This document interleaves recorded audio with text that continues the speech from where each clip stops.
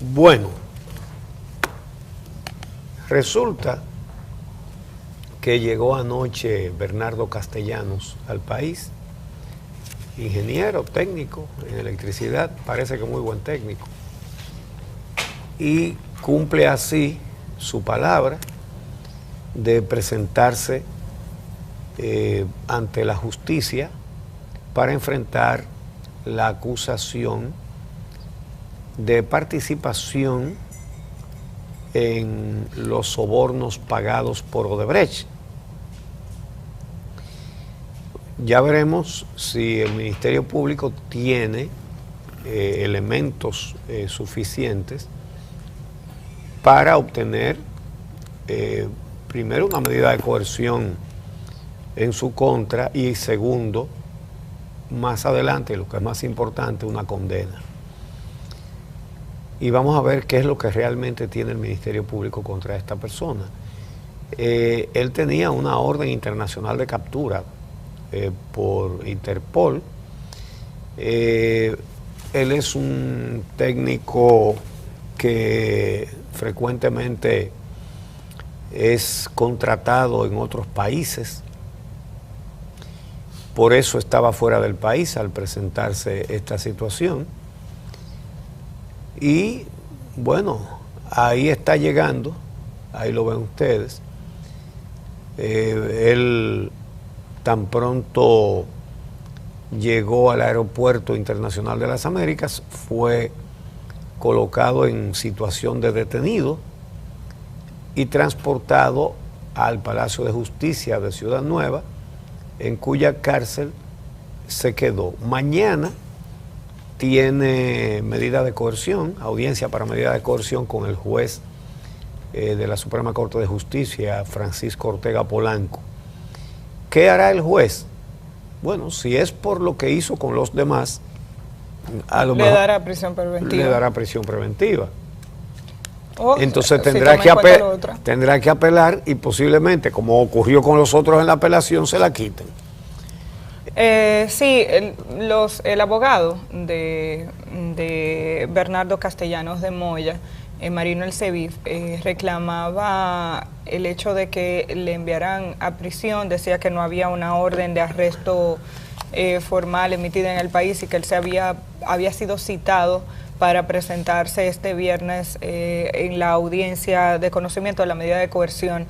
Habría que ver, porque desde julio se había emitido una orden de búsqueda y captura a través del Interpol, aunque a través de su abogado estuvo en comunicación con el Ministerio Público, y es de esa manera que se solicita al juez que fije fecha para el conocimiento de la medida de coerción, ya que él había prometido que se presentaría inmediatamente se le citara de manera formal, pues estaba cumpliendo con compromisos en el extranjero, específicamente en Panamá, según una comunicación que él mismo se encargó de enviar a los medios de comunicación un día o dos después de que se dio a conocer, de que se produjeron los arrestos de los demás involucrados en el caso de Odebrecht. Con él suman 14 los imputados en el caso de Odebrecht hasta el momento por el Ministerio Público.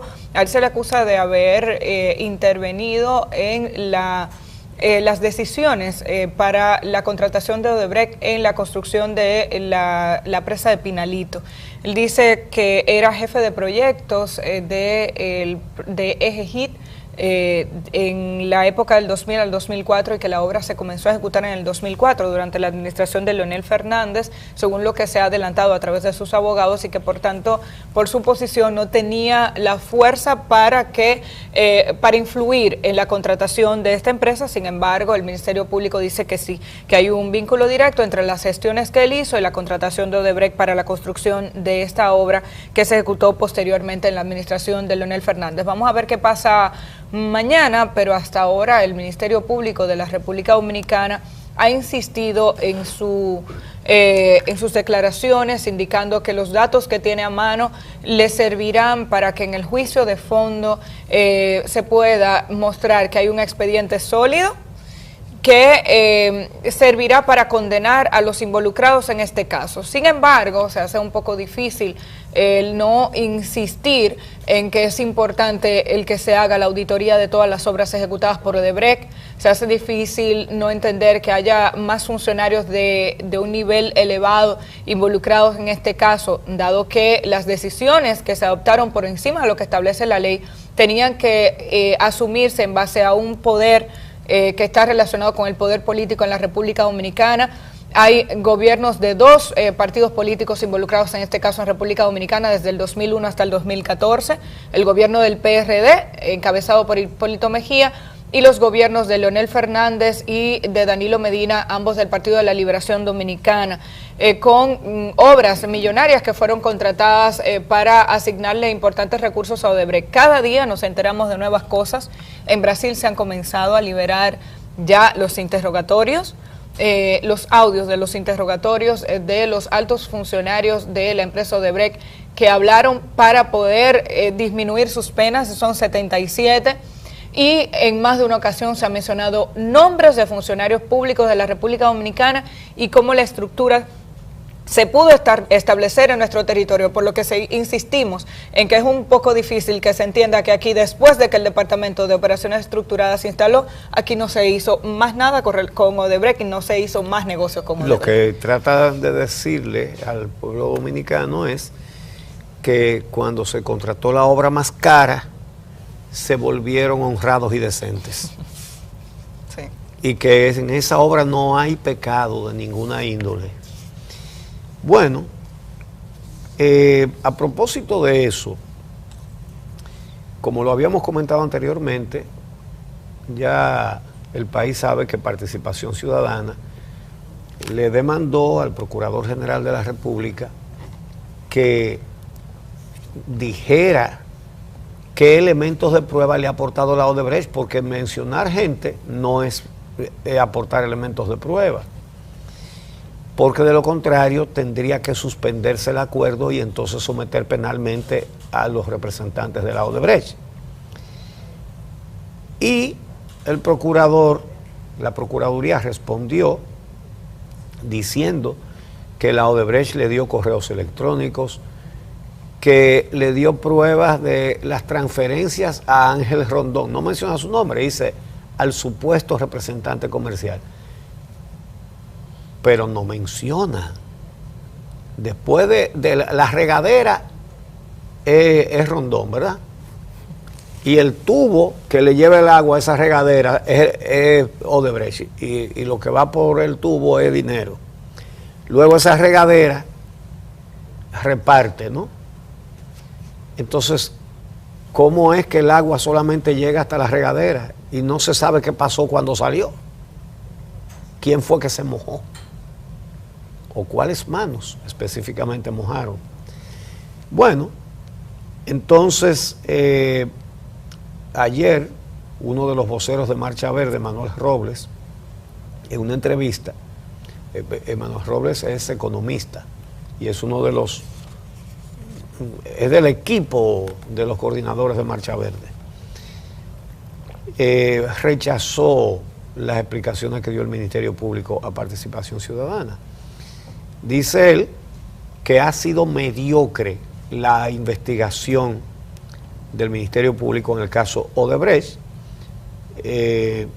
Dice que los hechos confirman que la Procuraduría no tiene interés en investigar el caso y que los expedientes, como ya lo sabe el país, que los expedientes presentados para la solicitud de medida de coerción son flojos, como los definió la magistrada Miriam Germán Brito, presidenta de la Sala Penal de la Suprema Corte de Justicia. Entonces, dice Robles que el expediente está lleno de fallas, eso ya los dominicanos lo conocemos, que Roberto Rodríguez depositó 100 millones de pesos y fue 1 millón.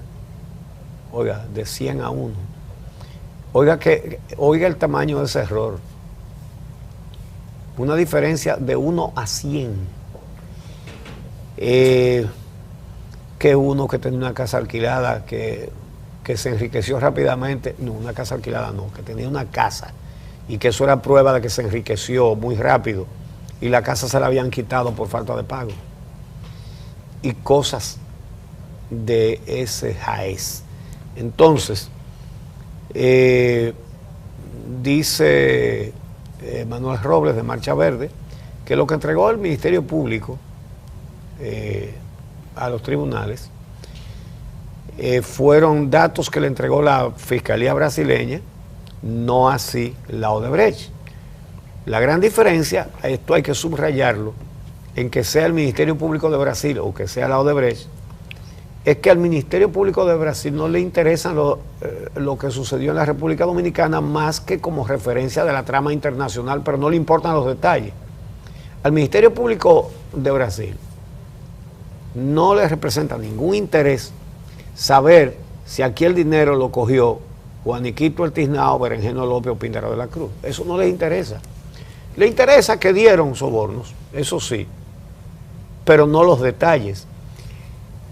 Por eso el acuerdo de Odebrecht se suponía o se supone que debe ir mucho más allá de lo que puede ir el Ministerio Público brasileño, porque ellos sí saben a quién le dieron.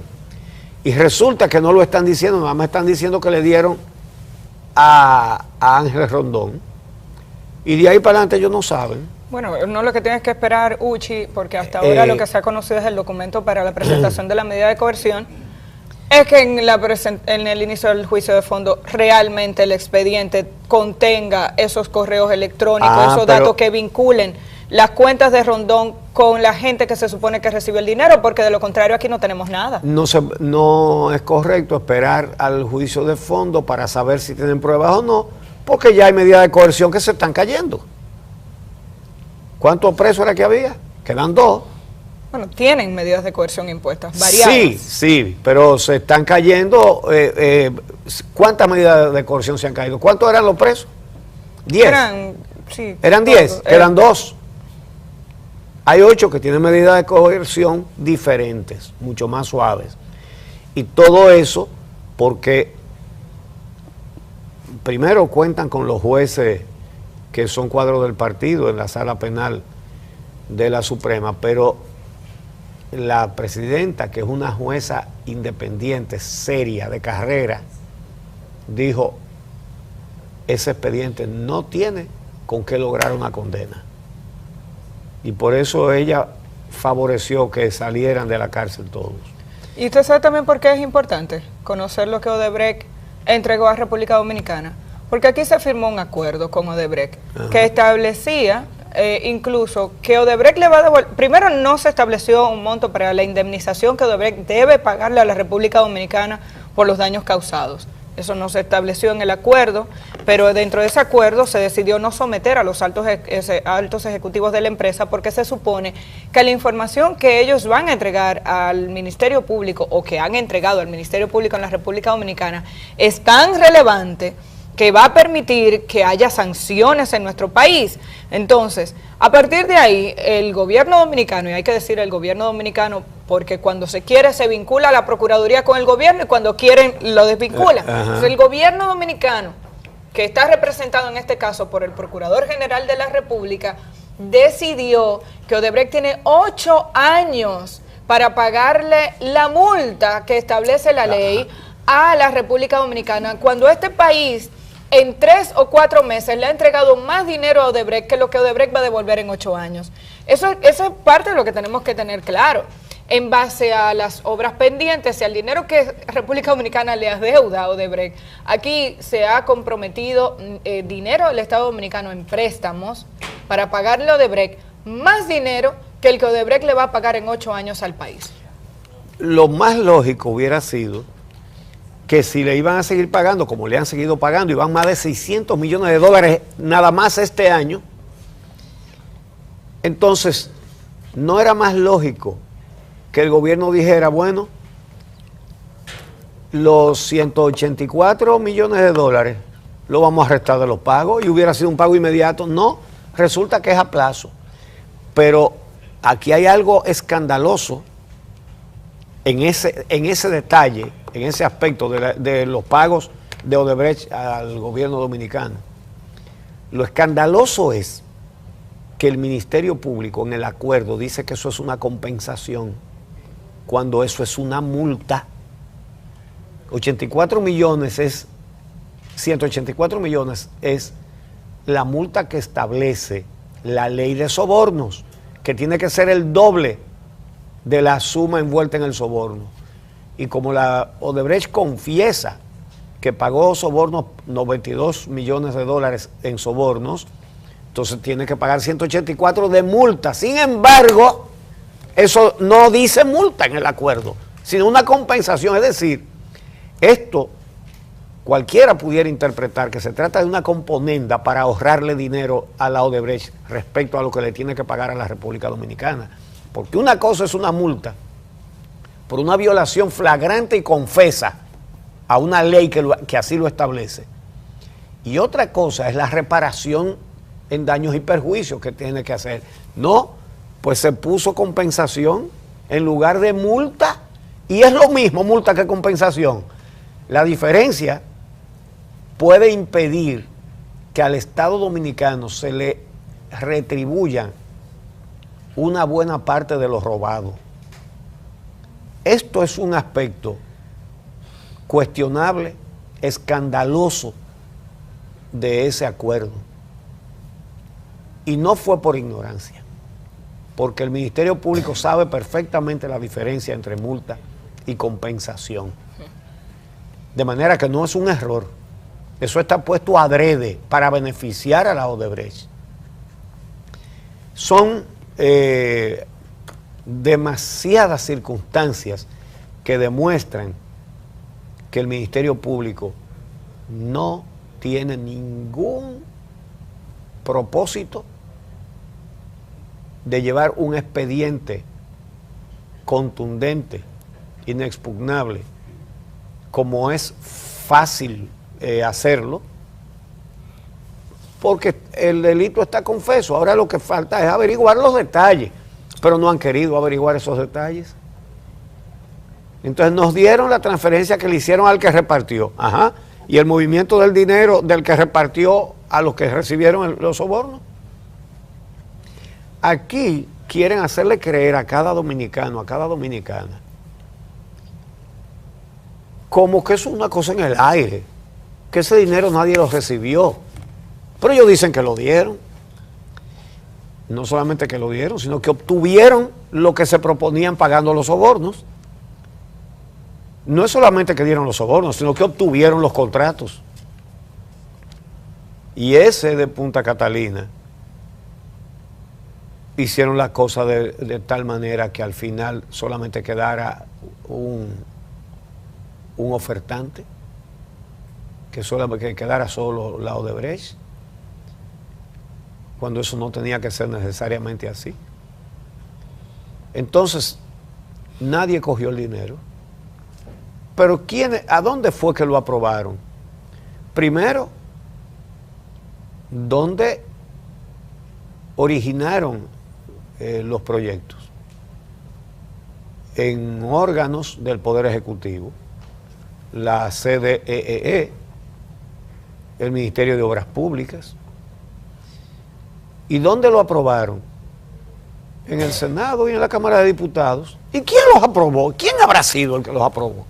¿Quiénes habrán sido los que aprobaron? Mayoritariamente, el partido que tiene la mayoría, y muy posiblemente también votaron otros, porque la especialidad de Ángel Rondón todo el mundo sabe cuál es.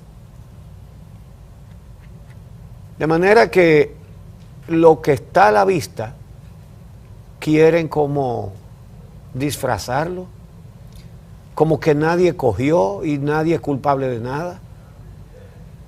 Y resulta que sí cogieron, y además cogieron, aprobaron, y la gran mayoría está libre de expediente. Esa es la realidad. Uchi, en otro orden, damos seguimiento a las declaraciones del ministro de Educación a propósito del reclamo que ha hecho la Asociación Dominicana de Profesores durante varios días de que miles de maestros, según los datos de la ADP, fueron suspendidos o se les suspendió el pago de este mes que terminó, el mes de julio, debido a que el Ministerio de Educación entendía que ese conjunto de docentes no estaba yendo a las aulas, sino que eran botellas. En buen dominicano, según los datos iniciales del Ministerio de Educación, esas personas estaban en la nómina como maestros y cobraban y no iban a dar clases. La ADP ha estado reclamando desde el pasado lunes y varios maestros que hay irregularidad en la lista que tiene el Ministerio de Educación. Presentábamos ayer o antes de ayer unas declaraciones del ministro que de manera contundente decía que el dinero de educación tiene que ser preservado, bien cuidado y bien administrado, y yo creo que todos debemos estar de acuerdo con eso, y que no iba a permitir que nadie apareciera en nómina sin estar cumpliendo con una labor. Yo creo que a partir de ahí todos estamos de acuerdo con ese punto. ¿Qué es lo que ha ocurrido? Que se ha podido demostrar que la lista de los maestros a los que se les suspendió el pago tiene irregularidades por el desorden administrativo e institucional que ha habido aquí tradicionalmente. Maestros que fueron trasladados a través de los distritos escolares por el mismo Ministerio de Educación, que estaban nombrados en una escuela X, fueron trasladadas a otra y nunca en la nómina original y oficial se hizo el traslado en los documentos. Ese es el reclamo que han hecho muchos maestros, a los que se les indicó un lugar donde tenían que venir con los directores de las escuelas a las que pertenecían, los registros de los libros, para demostrar que han estado impartiendo clases. Se ha podido demostrar que hay un número importante de esos a los que se les suspendió el salario que estaban bajo esa condición. O sea que el fallo era de origen, no del maestro. El maestro estaba yendo a impartir docencia, había sido trasladado y en la sede central, en el Ministerio de Educación, no se había hecho el movimiento del lugar. Es lamentable que este tipo de situación se produzca porque lo que demuestra es precisamente que aquí institucionalmente se cometen muchos errores, hay falta de seguimiento y al final de cuentas el que termina más afectado es el más pobre. Es el del final de la cadena, porque si estamos hablando de personas que además ganan un salario que ha sido mejorado, pero no es un salario extraordinariamente alto, y a la hora de cobrar, una persona que está yendo a trabajar le dicen que no le van a dar su salario, la verdad es que es lamentable que este tipo de situación se produzca. El Ministerio de Educación ayer rectificaba un poco y decía que el próximo lunes tendrá un levantamiento formal de lo que ha ocurrido y va a poder determinar cuáles son los maestros que están en estas condiciones, porque los hay.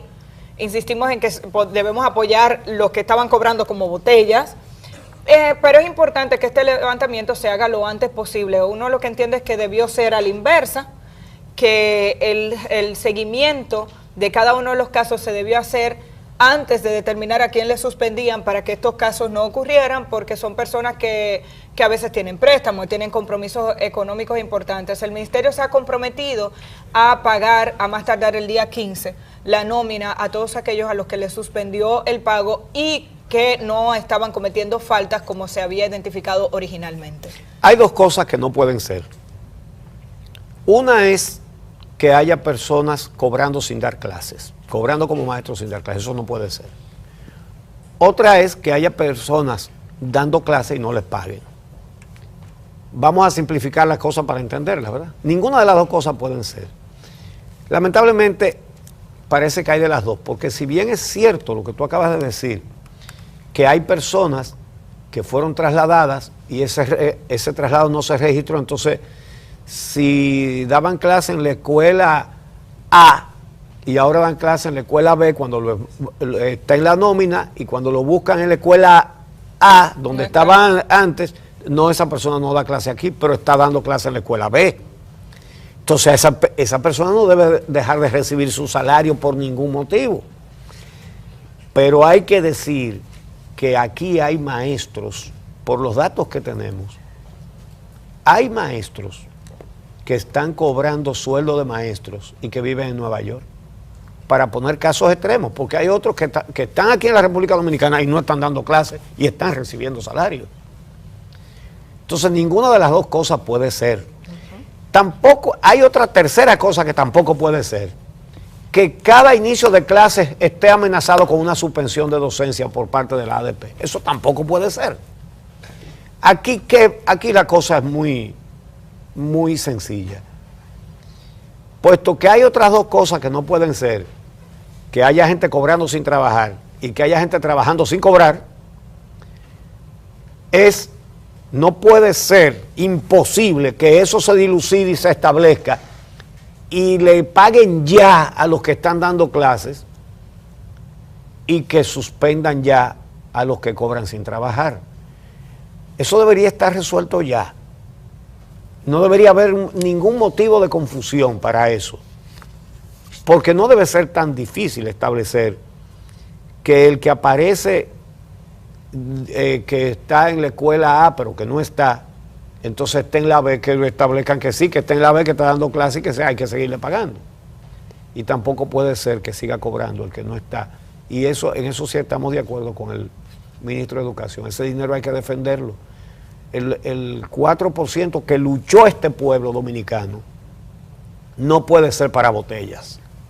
Bajo ninguna consideración de ninguna clase. No puede ser para botellas. Lo tercero es que la ADP, que suspende tantas clases, se ha portado mejor en los últimos tiempos, también hay que reconocerlo, pero cada inicio de clase hay una amenaza de no dar clase. Y resulta que se tiene que acabar el asunto de que los conflictos entre el ministerio y los maestros y la ADP lo tiene que pagar el hijo del pobre. Tienen que pagarlo los hijos de los pobres que son de esta manera colocados en situación de amplia desventaja frente a los hijos de los que pueden pagar colegio privado. En un mundo cada vez más competitivo, resulta que recibir menos clases, y hay que reconocer, señores, que se ha hecho un esfuerzo para que reciban más horas de clases. La barbaridad de que aquí el promedio de clases que recibía un estudiante de escuela pública era 2,5 al día. En Japón son 6, ¿verdad? Eso se ha mejorado mucho, esa situación, con el asunto de la tanda extendida. Reconozcamos que es así. Pero no es posible que cada problema que tienen los maestros y el ministerio lo paguen los niños, los escolares, los hijos de los pobres, que de esa manera son colocadas en situación desventajosa para su futuro. Está directamente relacionado el nivel de ingresos con las capacidades que se han adquirido. A menos que se apele a distorsiones, como son la corrupción, que para eso lo único que hay es que ser vivo, no hay que saber gran cosa. O el narcotráfico, que tampoco hay que saber más que ser tigre. Entonces, la ADP, que también luchó por el 4%, debe respetar el derecho de los pobres a la educación. Y esta diferencia, no vemos motivo para que no se aclare y se le dé lo del César al César y lo de Dios a Dios, ¿verdad? Bueno. Al ministerio, cumplimiento, dando clase por el sueldo que se recibe. Al maestro, pagarle si está dando clases. Y que queden fuera los maestros que cobran y no dan clases. ¿La botella? Porque ya, sí, la botella, porque ya no estamos para eso. Bueno, ojalá y se resuelva lo antes posible esta situación. El ministerio habla de un levantamiento y que al lunes lo tiene resuelto. Ojalá y sea, y si puede ser antes.